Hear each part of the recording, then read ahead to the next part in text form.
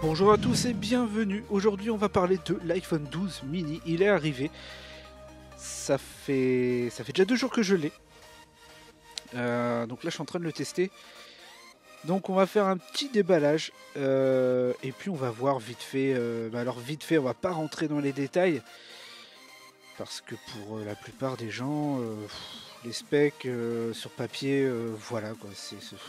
Ça fait pas tout, hein. Il y en a qui sont très bien spéqués et qui valent rien. Donc voilà.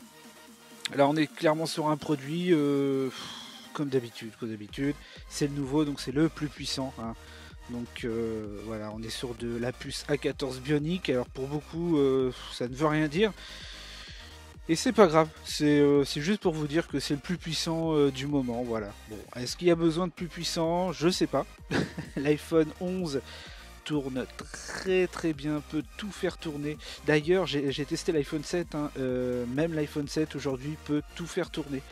J'étais assez surpris, donc bon voilà, hein, les specs, c'est les specs. Donc là, une boîte spéciale pour la France, avec les écouteurs, hein, parce qu'en France, on est obligé d'avoir les écouteurs. Donc du coup, voilà, quand on le reçoit, si vous n'avez pas les petits écouteurs, c'est que c'est pas le modèle français. Bon après, c'est pas très grave. Donc voilà une petite comparaison avec l'iPhone 6S. Donc la boîte a été rétrécie, évidemment il n'y a pas d'alimentation, il n'y a pas justement d'écouteurs.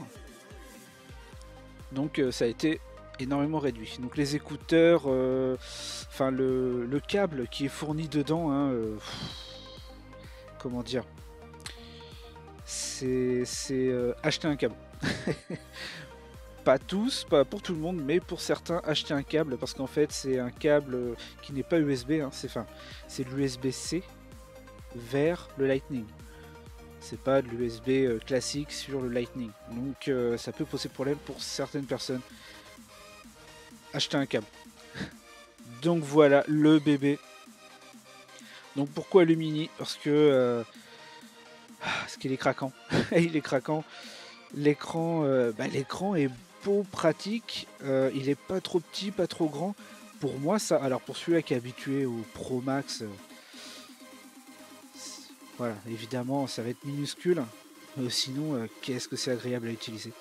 Donc dedans, toujours le petit autocollant. Par contre, il n'y en a qu'un. Il n'y en a qu'un, c'est la crise. C'est la crise.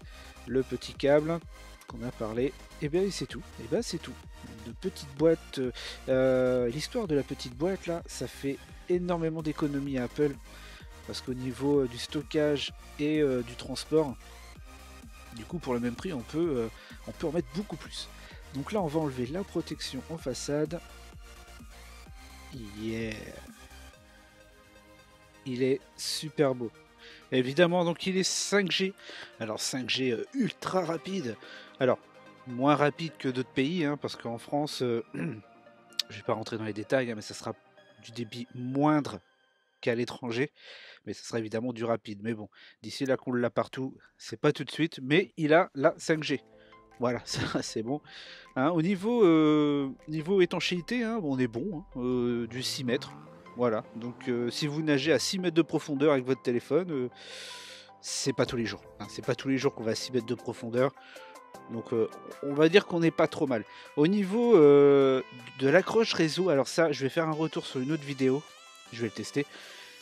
Mais tous les téléphones ne sont pas à la même enseigne. Et que ce soit le 6S ou le 11, le 7 ou le 12, le peu que j'ai vu, c'est du nickel. Et tous les smartphones ne peuvent pas le dire. Parce que l'accroche réseau, on a tendance à l'oublier. Bon, bref. On va comparer pour, euh, pour voir justement, hein, la différence. Et vous allez voir, il est plus petit. Et ça, c'est quand même assez dingue. Donc, allez, c'est parti. Hop, voilà. Donc là, qu'est-ce qu'on voit? On voit clairement que il est plus petit que l'iPhone 6S. Alors tous ceux qui ont un iPhone 8, 7, 6, et bah voyez, donc la grosse bordure noire que vous avez en bas, et bah c'est un ajout de l'écran de visuel en fait. Et ça, c'est énorme, c'est vraiment ce qui manquait. C'est vraiment ce qui manque. Mais il n'y a pas que ça, il y a aussi là-haut. Là-haut, on voit, ça rajoute. Alors je vais vous mettre les cotes. Donc on a 58 mm en largeur, 125 mm et 120 avec encoche. Donc c'est 125 sans l'encoche. Si vous voulez vous amuser, hein, vous rendre un petit peu plus compte en coupant un bout de papier pour voir un petit peu la taille réelle de l'écran devant vos yeux. Voilà les cotes. Alors c'est les cotes écran allumé. Hein.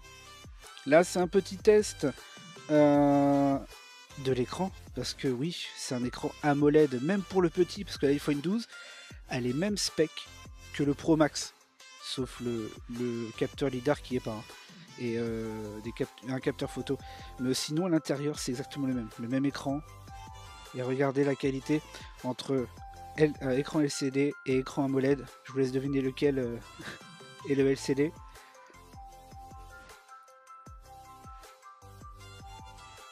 On voit vraiment le truc. Donc voilà un petit test vite fait. Donc j'ai fait, je suis en train de faire un petit truc d'autonomie.